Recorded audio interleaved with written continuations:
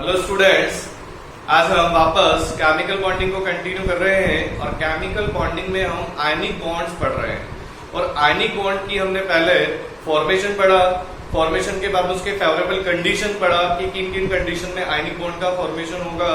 उसके बाद हमने बॉन्ड हैबर साइकिल लिया, उसके बाद हमने कैरेक्टरिस्टिक्स ऑफ आयनिक कंपाउंड्स पढ़ा और लैटिस एनर्जी और हाइड्रेशन एनर्जी, जैसा कि मैंने पिछले लेक्चर में बताया था, सॉल्युबिलिटी ऑफ आयनिक कंपाउंड्स को जो अफेक्टिंग करता है वो होता है हाइड्रेशन एनर्जी या लैटिस एनर्जी।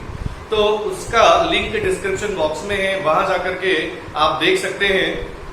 आज हम कंटिन्यू करेंगे आयनिक बॉन्ड में कोवेलेंट कैरेक्टर। जैसा कि हम जानते हैं कि कोई भी बॉन्ड होता है, जैसे आयनिक बॉन्ड होता है वो 100% आयनिक नहीं होता है, या कोवेलेंट बॉन्ड जो होता है वो 100% कोवेलेंट नहीं होता, क्योंकि आयनिक बॉन्ड में कुछ कोवेलेंट कैरेक्टर आ जाते हैं और इसी तरह से कोवेलेंट बॉन्ड में भी कुछ आयनिक कैरेक्टर आ जाते हैं। तो आज हम पढ़ेंगे आयनिक बॉन्ड में कोवेलेंट कैरेक्टर। और आयनिक बॉन्ड में कोवेलेंट कैरेक्टर को हम एक्सप्लेन करते हैं फजाल्स रूल या पोलराइजेशन से। तो यहां पर सबसे पहले हेडिंग डालता हूं मैं, पोलराइजेशन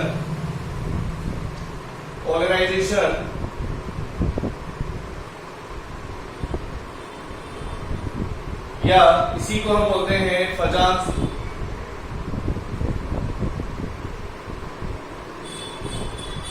अब आता है कि पोलराइजेशन होता क्या है या फजाल्स रूल क्या होता है। तो देखो, हम यहाँ पर पहले मतलब आयनिक बॉन्ड जो बनता है वो बनता है केटाइन में और एनाइन में।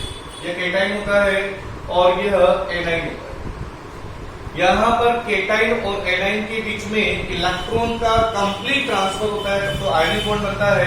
लेकिन कुछ केटाइन और एनाइन में कुछ इलेक्ट्रॉन की क्या होने लग जाती है, शेयरिंग, जिससे उसमें कोवेलेंट कैरेक्टर डेवलप हो जाता है। जैसे कि यहाँ पर तुमने देखा होगा कि केटाइन है, केटाइन का साइज क्या होगा, छोटा, और साइज जितना छोटा होगा, चार्ज जितना ज्यादा होगा केटाइन पर, तो उसका जेड इफेक्टिव उतना ही ज्यादा होगा। और जेड इफेक्टिव न्यूक्लियस का इलेक्ट्रॉन पर अट्रैक्शन ज्यादा होगा। जेड इफेक्टिव बहुत ज्यादा है तो इसकी इलेक्ट्रॉन को अट्रैक्ट करने की टेंडेंसी होगी। जबकि यहाँ पर एनाइन में साइज बड़ा है और साइज अगर बड़ा है तो यहाँ पर चार्ज भी ज्यादा है, साइज भी बड़ा है, तो यहाँ पर जेड इफेक्टिव क्या होगा, कम हो जाएगा। और जेड इफेक्टिव कम होगा तो न्यूक्लियस का इलेक्ट्रॉन पर अट्रैक्शन भी क्या हो जाएगा, कम हो जाएगा। तो यह केटाइन क्या करता है, एनाइन की इलेक्ट्रॉन्स को अपनी ओर अट्रैक्ट करता है। केटाइन एनाइन के इलेक्ट्रॉन्स को अपनी ओर अट्रैक्ट करता है और अट्रैक्शन की वजह से यहाँ पर एनाइन का जो साइज है या एनाइन की इलेक्ट्रॉन में क्या हो जाता है, डिस्ट्रीब्यूशन। जैसा कि मैंने यहाँ पर प्लस के लिया और यहाँ पर इसके साइज में इस तरह से ये इलेक्ट्रॉन यहाँ पर है और ये इलेक्ट्रॉन एक की ओर शिफ्ट हो जाएंगे। और ये अगर यहाँ पर केटाइन इसके अट्रैक्ट करेगा तो इसका शेप में क्या हो जाएगा, चेंज आ जाएगा, डिस्टोर्शन आ जाएगा। Electron clouds of anion distorted हो जाता है और यहाँ पर ये केटाइन की ओर अट्रैक्ट होने लगता है। केटाइन की ओर क्या होने लग जाता है, अट्रैक्ट। और केटाइन की ओर अगर अट्रैक्ट होगा तो इसमें इलेक्ट्रॉन्स क्या होता है, केटाइन की ओर शिफ्ट हो जाएंगे, जिससे इलेक्ट्रॉन की क्या हो जाएगी, शेयरिंग। और यहाँ पर शेयरिंग बढ़ जाएगी और शेयरिंग बढ़ जाएगी तो इसमें कोवेलेंट कैरेक्टर क्या हो जाएंगे, बढ़ जाएंगे। कोवेलेंट कैरेक्टर बढ़ेंगे तो आयनिक कैरेक्टर क्या हो जाएंगे, कम हो जाएंगे। तो इस तरह से हम यहाँ पर फजाल्स रूल से आयनिक बॉन्ड में कोवेलेंट कैरेक्टर को एक्सप्लेन करते हैं। केटाइन जितना ज्यादा छोटा होगा उसका जेड इफेक्टिव उतना ही ज्यादा होगा और यहाँ पर एनाइन का साइज जितना बड़ा होगा तो इलेक्ट्रॉन का न्यूक्लियस से अट्रैक्शन कम होगा। जेड इफेक्टिव कम होने की वजह से ये आसानी से क्या करेगा, यह केटाइन एनाइन के इलेक्ट्रॉन को अपनी ओर अट्रैक्ट करेगा, जिससे यहाँ पर एनाइन के इलेक्ट्रॉन क्लाउड्स में डिस्टोर्शन आ जाता है और डिस्टोर्शन की वजह से कोवेलेंट कैरेक्टर आ जाता है। अब आता है यहाँ पर केटाइन के लिए एक वर्ड यूज होता है, पोलराइजिंग पावर। इसी प्रोसेस को हम क्या बोलते हैं, इसी प्रोसेस को हम बोलते हैं पोलराइजेशन। एक वर्ड यूज करते हैं polarising power, terms is used for cation. और एनाइन के लिए हम यूज करते हैं पोलराइजेबिलिटी। पोलराइजेबिलिटी एनाइन के लिए यूज करते हैं। तो यहाँ पर केटाइन के लिए पोलराइजिंग पावर और एनाइन के लिए पोलराइजेबिलिटी। अब दोनों वर्ड का मतलब क्या होता है, पोलराइजिंग पावर पोलराइजिंग पावर का मतलब होता है किसी भी केटाइन द्वारा एनाइन के इलेक्ट्रॉन्स को या एनाइन को डिस्टोर्टेड करने की पावर या एनाइन को पोलर करने की पावर को केटाइन की टेंडेंसी होती है, वह केटाइन की पावर होती है।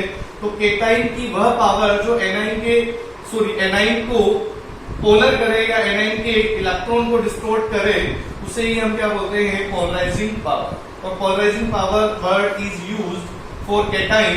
और पोलराइजेबिलिटी का मतलब होता है खुद एनाइन ही क्या हो रहा है, पोलर हो रहा है अपने आप में। पोलराइजेबिलिटी मतलब पोलर होने की एबिलिटी, तो यह खुद एनाइन की टेंडेंसी होती है, एनाइन की ही टेंडेंसी होती है कि वह अपने आप में कितना पोलर होता है, उसे ही हम बोलते हैं polarisability.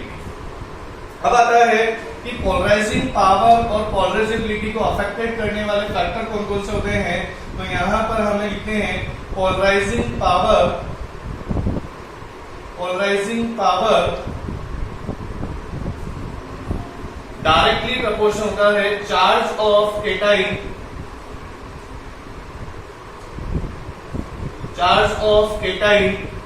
And size of cation.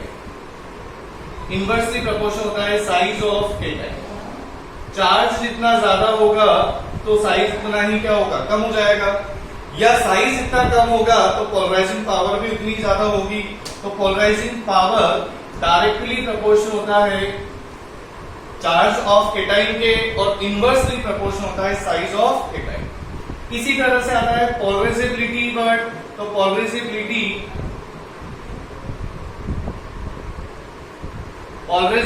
जो होता है वह डायरेक्टली प्रोपोर्शनल होता है size and charge of A9. Size and charge of anion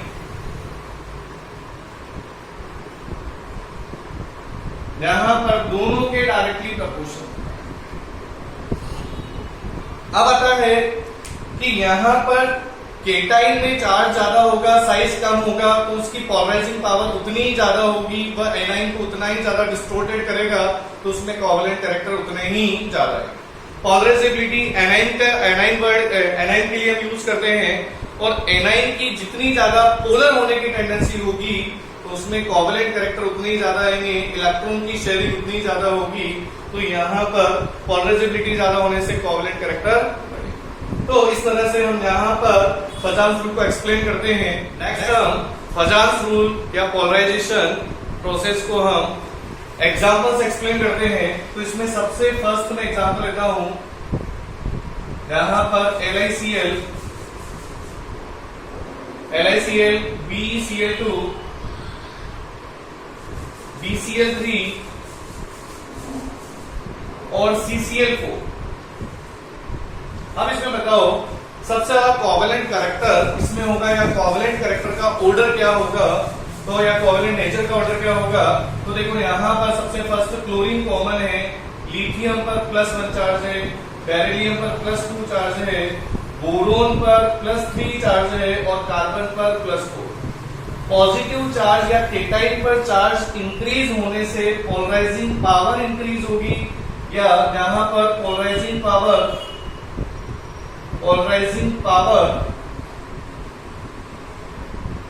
increase होगी। और पोलराइजिंग पावर अगर इंक्रीज होगी तो कोवेलेंट कैरेक्टर भी क्या होगा, इंक्रीज होगा। और कोवेलेंट कैरेक्टर अगर इंक्रीज होगा तो यहाँ पर मतलब इनमें कोवेलेंट नेचर भी क्या होगा, ज्यादा। तो सबसे ज्यादा यहाँ पर कोवेलेंट कौन होगा, CCl। मतलब साइज ऑफ केटाइन या चार्ज ऑफ केटाइन, यहाँ पर साइज की जगह चार्ज लेंगे। चार्ज ऑफ केटाइन अगर इंक्रीज होगा तो पोलराइजिंग पावर। सेकंड हम लेते हैं, यहाँ पर साइज ऑफ केटाइन की बात करते हैं। तो यहाँ पर लेते हैं जैसे BeCl2 MgCl2 beryllium, magnesium, calcium, strontium और बेरियम। यहां पर हम आते हैं तो देखो बेरिलियम +2, मैग्नीशियम, और तुम्हें पता है कि अप टू डाउन जाने पर ग्रुप में साइज क्या होता है, इंक्रीज होता है। मैग्नीशियम, यहां पर कैल्शियम, स्ट्रोंशियम और बेरियम। साइज यहां पर इंक्रीज हो रहा है और साइज ऑफ केटाइन अगर इंक्रीज होगा तो पोलराइजेशन पावर या पोलराइजिंग पावर क्या होगी, डिक्रीज। कोवेलेंट कैरेक्टर भी क्या हो जाएंगे, डिक्रीज। तो सबसे ज्यादा कोवेलेंट कैरेक्टर होते हैं BeCl2, फिर MgCl2, फिर यहाँ पर सबसे लास्ट में आएगा पैरेनियम। उसके बाद थर्ड हम लेते हैं यहाँ पर एनाइन के रेस्पेक्ट में बात करते हैं। तो एनाइन के रेस्पेक्ट में देखो, यहाँ पर मैंने लिया एल्यूमिनियम फ्लोराइड, एल्यूमिनियम ऑक्साइड और एल्यूमिनियम नाइट्राइड। यहाँ पर एल्यूमिनियम कॉमन है, fluorine -1, oxygen -2, nitrogen -3। Negative charge anion पर नेगेटिव चार्ज बढ़ेगा, पॉलराइजेबिलिटी बढ़ेगी और पॉलराइजेबिलिटी बढ़ेगी। यहाँ पर charge of anion increase, polarisability increase, covalent character भी क्या होगा, इंक्रीज।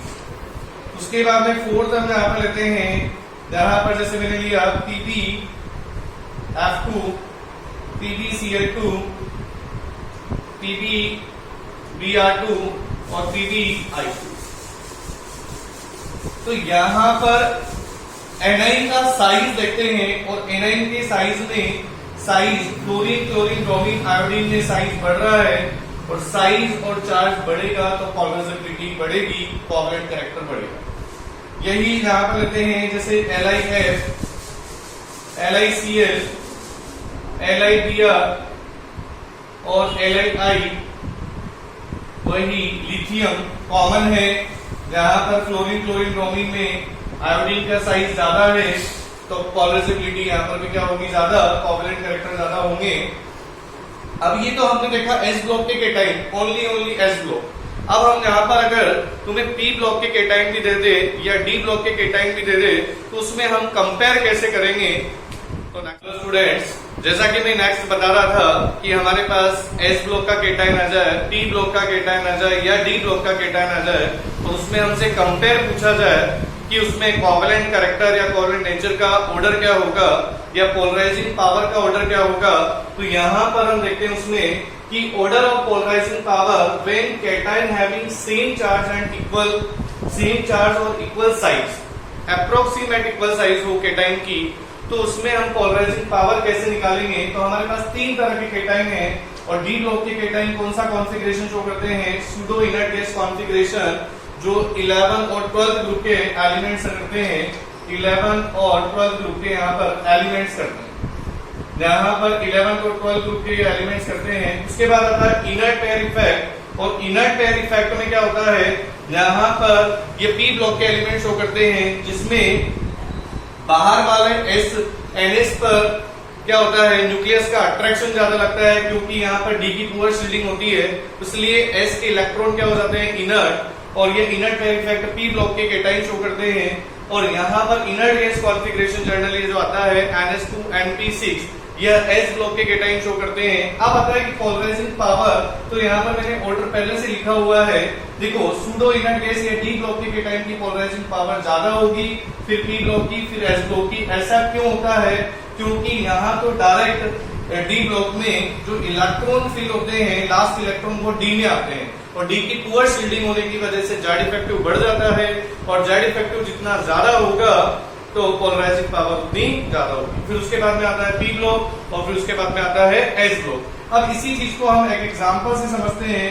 मैं यहाँ पर एक एग्जांपल लेता हूं, जैसे यहां पर मैंने लिया NaCl, NaCl के बाद में मैंने लिया CuCl, और इन दोनों में मेरे को बताओ कि सबसे ज्यादा कोवेलेंट कैरेक्टर किसमें होंगे। तो तुम्हें नजर आ रहा है कि Na+ ये इनर्ट गैस कॉन्फ़िगरेशन रखता है, Cu+ pseudo inert gas configuration रखता है, डी ब्लॉक का है, तो यहाँ पर डी ब्लॉक के केटाइन की पोलराइजिंग पावर ज्यादा, कोवेलेंट कैरेक्टर भी क्या होंगे, ज्यादा। उसके बाद में आ जाता है सेकंड, यहाँ पर लेते हैं कैल्शियम क्लोराइड, यहाँ पर लेते हैं SnCl2, और कैडमियम क्लोराइड या जिंक क्लोराइड कुछ भी ले लो। तो मेरे को बताओ यहाँ पर सबसे ज्यादा कोवेलेंट कैरेक्टर या पोलराइजिंग पावर किसमें होगी। तो कैल्शियम क्लोराइड ये एस ब्लॉक का केटाइन है, यह SnCl2 यह P ब्लॉक का केटाइन है जिसमें इनर्ट पेयर इफेक्ट लगा हुआ है। कैडमियम यह D ब्लॉक का केटाइन, और तुम्हें बताया है कि पोलराइजिंग पावर का जो ऑर्डर है, अगर तीनों ही ब्लॉक के एलिमेंट आते हैं तो DPS फॉर्मूला लगाना है, D ब्लॉक, P ब्लॉक और S ब्लॉक। तो सबसे ज्यादा कोवेलेंट कैरेक्टर है कैडमियम, फिर Sn और फिर कैल्शियम। तो आगे इस तरह से हमने आयोनिक बॉन्ड में कोवेलेंट कैरेक्टर को एक्सप्लेन किया फजान्स रूल या पोलराइजेशन प्रोसेस द्वारा। इस तरह से हम केमिकल बॉन्डिंग को कंटिन्यू रखेंगे। तो मेरे चैनल को सब्सक्राइब करना ना भूलें, बेल आइकन का बटन जरूर दबाएं ताकि तुम्हें न्यू वीडियोस मिलते रहेंगे। और पिछले वीडियोस को देखने के लिए डिस्क्रिप्शन बॉक्स में लिंक है, तो वहां पर जाकर के तुम जरूर देख सकते हो। आज के लिए हम इतना ही रखते हैं।